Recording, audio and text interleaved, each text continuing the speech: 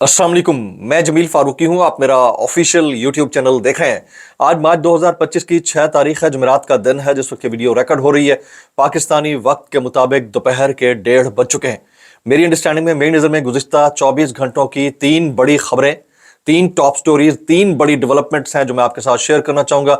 सबसे पहली और बड़ी खबर का ताल्लुक मैंडेट चोरी करके इक्तदार में आने वाली फॉर्म 47 की जाली सरकार के ओहदेदारों, वज़रा और सरबराहान से मुतालिक है, जिन्हें अपने ही इत्तेहादियों ने तत्ते तवे पर बिठा दिया है।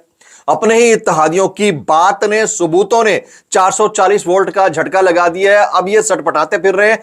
रिस्पॉन्ड करने के लिए इनके पास कोई मवाद है नहीं, और इनकी आपस की जो लड़ाई है वो असल खबर आपके सामने निकाल कर ला रही है। वो खबर क्या है, उसकी तफसीलात क्या रहेंगी, वो मैं शेयर करूंगा। इस वक्त दूसरी स्टोरी यह है कि अमेरिका के अंदर न्यूज चैनल्स के ऊपर एक डिबेट जोर पकड़ गई है, और डिबेट यह है कि जो एबे गेट के बाहर धमाका हुआ था, जिसका ट्रंप ने शुक्रिया अदा किया एक मास्टरमाइंड हवाले करने का हमारे मुल्क को, उसका मास्टरमाइंड तो उस वक्त मुबैना तौर के ऊपर मारा गया था। यह डिबेट अमेरिकन न्यूज चैनल्स के ऊपर तकवीयत पकड़ रही है। तो हमारी तरफ से किसको हवाले किया गया, यह हमारी समझ से बाहर है।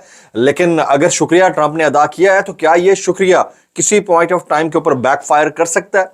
इसकी तफसीलात क्या रहेंगी, वो तफसीलात भी मैं आपके सामने शेयर करूंगा। इसके अलावा आपको और हम सबको मुबारक हो, आपको और हम सबको इसके ऊपर शादियाने बजाने चाहिए कि एक अदद इदारे की रिपोर्ट के मुताबिक हमारा जो ग्लोबल टेररिज्म इंडेक्स में नंबर आया है वो दूसरा नंबर आया है, और हमने बड़ी तरक्की की है। बस चंद मनाजिल रह गई हैं, उसके बाद हम नंबर 1 पर भी आ सकते हैं। दहशत गर्दी में इतनी शिद्दत से इजाफा हुआ है।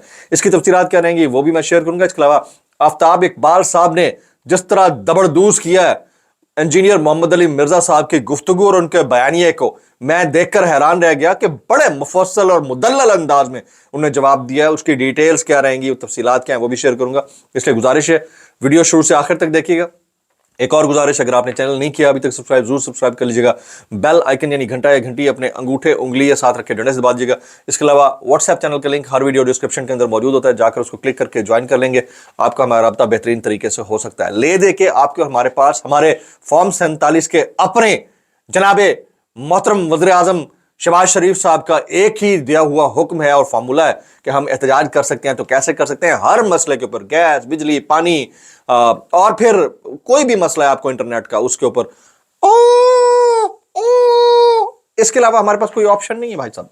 सड़कों वड़कों पर नहीं निकल सकते, गोली चल जाती है। ये बड़ी बड़ा काम आपने बिल्कुल नहीं करना, सिर्फ ये एहतजाज इसी तरह करते रहे। जाली सरकार को उसके अपने इत्तेहादियों ने, उनकी अपनी सरकार में बैठे हुए लोगों ने 440 वोल्ट का झटका लगा दिया। मुझे अच्छी तरह याद है, तकरीबन 2 से ढाई महीने पहले फैसल वाडा साहब एक टीवी शो के ऊपर बैठे थे और उन्होंने कहा था कि इस सरकार के खिलाफ, मियां शहबाज शरीफ साहब की काबीना के खिलाफ एक ऐसा स्कैंडल आने जा रहा है जो इनकी हुकूमत का तख्ता उलट देगा। मुझे अच्छी तरह याद है, ये ARY के ऊपर ब्रेकिंग चली थी, बाकी चैनल्स के ऊपर भी ब्रेकिंग चली थी।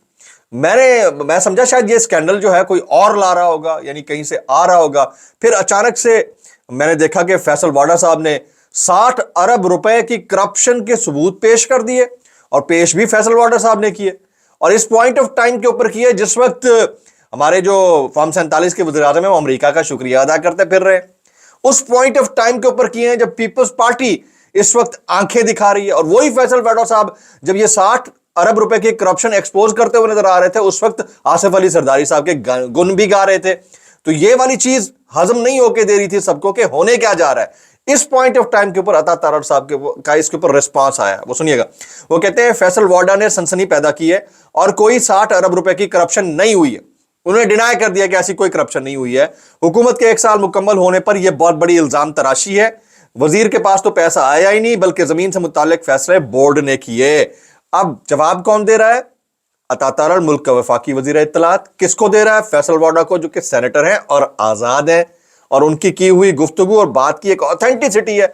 आज काशिफ बासी साहब अपने घर पर बैठे हैं तो फैसल वाडा साहब के साथ गुफ्तगू में क्रॉस टॉक ज्यादा हार्ड होने की वजह से बैठे हुए हैं। तो अब आप समझिए कि यह कितनी सेंसिटिव सिचुएशन है इस सरकार के लिए। मतलब अगर फैसल वाडा जरदारी साहब के गुण गाकर कहते हैं कि वो हमारे बड़े हैं और मेरा उनसे बड़ा राब्ता था, اور وہ یہ کہتے ہیں کہ 60 ارب روپے کی کرپشن جو ہے ان کا تیا پانچا ایک کر دے گی اور ان کی کشتی کو ڈبو دے گی. تو اس کا مطلب یہ ہے کہ اس سرکار کے لیے حالات ٹھیک نہیں ہے. یہ جو 440 وولٹ کا جھٹکا ہے یہ بھسم کر کے بھی رکھ سکتا ہے تخت کو بھی اور تختے کو بھی. یہ حالات اس وقت جو ڈیولپ ہو گئے, میں اس کو گیج یہ کر رہا ہوں کہ شاید اب یہ کارنر جو کرنے کی کوشش کی جا رہی تھی گزشتہ کئی دن سے مختلف طریقوں سے کہ شہباز شریف صاحب یا پھر باقیوں کو جو ان کی کیبنٹ کے اندر ہیں ان کو سائیڈ لائن کیا جائے, اس کا اب حتمی مرحلہ آ چکا ہے. اب بیچ میں پیپلز پارٹی اپنی جگہ بنانے کی کوشش کر رہی تھی کیونکہ ان کے ساتھ جو سیٹلمنٹ مبینہ طور کے اوپر ہوئی تھی وہ 2.5 سال کی یا 2 سال کی تھی, جس میں 2 سال جو ہے وہ بلاول کو ملتے, لیکن ان کی بھی آنکھیں کھلنا شروع ہو گئی جب برانڈنگ مریم نواز شریف صاحبہ کی ہونا شروع ہو گئی ہے. تو اب وہ کون سا پوائنٹ ہے جو نکیل ڈال سکتا ہے, جو اس تابوت کے اندر, سیاسی تابوت کے اندر, یہ جو تعفن زدہ بدبودار سیاسی لاش ہے اس کے اندر آخری کیل ثابت ہو سکتا ہے. وہ مجھے ایسا لگتا ہے کہ کہیں امریکہ سے کوئی بیک فائر ہی نہ ہو جائے. اس کی ریزن یہ ہے کہ امریکہ کے اندر ایک ڈیبیٹ تقویت پکڑ گئی ہے. میں دیکھ رہا تھا 2-3 نیوز چینلز کے اوپر حال ہی میں ہم نے امریکہ نے ہمارا شکریہ ادا کیا, ڈونلڈ ٹرمپ نے, اور ڈیبیٹ یہ تقویت پکڑ رہی ہے کہ وہ ماسٹر مائنڈ جس نے ایبے گیٹ کے باہر متعدد امریکی فوجیوں کو ہلاک کیا تھا وہ تو مارا گیا تھا بعد میں. یہ news channels, American news channels کے اوپر ڈسکورس ہو رہی ہے. میں 2-3 کلپس دیکھ رہا تھا, وہ یہاں چلا نہیں سکتا, تو ڈسکورس ہو رہی ہے. اب مبینہ طور کے اوپر ہو سکتا ہے یہ امریکہ کے نیوز چینلز ٹرمپ کے اگینسٹ کوئی نیریٹو بلڈ کر رہے ہوں یا ہمارے اگینسٹ کوئی نیریٹو بلڈ کر رہے ہوں, یہ ایک الگ ڈیبیٹ ہے. لیکن اگر واقعتاً یہ ٹھیک ہو جاتا ہے اور پھر کوئی جو شکریہ ادا کرنے کے جواب میں پاکستان کے وزیراعظم مینڈیٹ چوری کر کے اقتدار میں آنے والے فارم 47 کے وزیراعظم نے جواب دیا ہے, کہیں یہ والی چیز بیک فائر نہ کر جائے. اس کے اوپر میں آلریڈی جب یہ معاملہ ہوا ہے اس وقت میں نے کہا تھا کہ یہ ڈپلومیٹک چینلز کے ذریعے گفتگو کرنا اور بات ہوتی ہے, اسٹریٹجک معاملات کے اوپر شکریہ ادا کرنا اور ہوتا ہے, اور پولیٹیکل بیٹل فیلڈ کے اندر سنب کرنا اور چیز ہوتی ہے. یہ 3 چیزیں ہیں, اس کو آپ مکس نہیں کر سکتے. لابیسٹ بہت طریقے سے کام کر کے سمپتیز لے سکتے ہوں گے لیکن وہ اسٹیٹ ٹو اسٹیٹ ریلیشن ہوتا ہے. لیکن گورنمنٹ کے جو 2024 کے 8 فروری کو انتخابات چوری کا معاملہ تھا, پھر 26 نومبر والا معاملہ ہے, وہ الگ ڈیبیٹ ہے, الگ بحث ہے. ان دونوں کو آپ الگ رکھیے گا. جو اس کو مکس کر رہا ہے وہ احمقوں کی جنت میں رہتا ہے, کیونکہ آنے والے چند دن میں معاملات مختلف ہو سکتے ہیں. اور اگر فیصل وارڈا صاحب جس پیٹرن پہ کام کر رہے ہیں, باقی معاملہ ہو رہا ہے, اگر کوئی چیز اس حکومت کے سرکار کے تابوت میں آخری کیل کے طور پر ثابت ہو سکتی ہے تو مجھے لگتا ہے کہ یہی ہو سکتی ہے. اچھا, آ جاتے ہیں تیسری ٹاپ سٹوری ہے ہماری. جو پاکستان گلوبل ٹیررزم انڈیکس کے اندر جو ہے وہ نمبر مار گیا.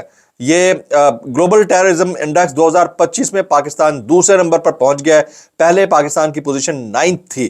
یہ institute for economics and peace IEP کی جانب سے شائع کردہ گلوبل ٹیررزم انڈیکس, اس میں 163 ممالک کے اوپر جو اعداد و شمار ہیں وہ جاری کیے جاتے ہیں, اور پاکستان میں یہ کہتا ہے کہ دہشت گردی کی جو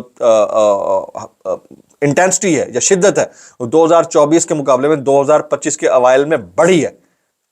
یہ انتہائی افسوسناک ہے. یعنی 163 ممالک ہیں, ہم 9th نمبر پر تھے 2024 میں, اب ہمارا نمبر 2 ہے, یعنی بھائی ایک آدھ کراس کرنا رہ گیا ہے. تو یہ انتہائی افسوسناک ہے, یہ بہت زیادہ تشویشناک حالت ہے اور اس کو سمجھنے کی ضرورت ہے.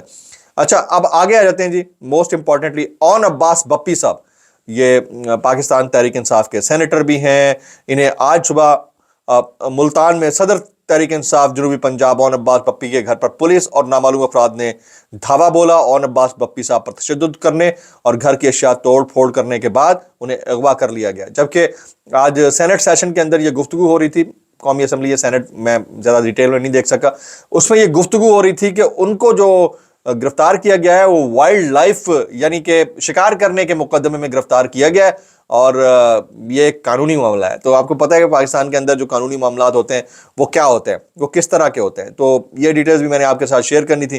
اب آ جاتے ہیں ویری امپورٹنٹلی آفتاب اقبال صاحب اور انجینئر محمد علی مرزا صاحب کے درمیان جو ڈیبیٹ چل رہی ہے, ڈسکورس چل رہی ہے, اس کے اوپر میں بات کرنا چاہوں گا. میں آلریڈی کل بھی بات کر چکا ہوں. انجینئر محمد علی مرزا صاحب کا جو علمی قد ہے وہ بہت بڑا ہے.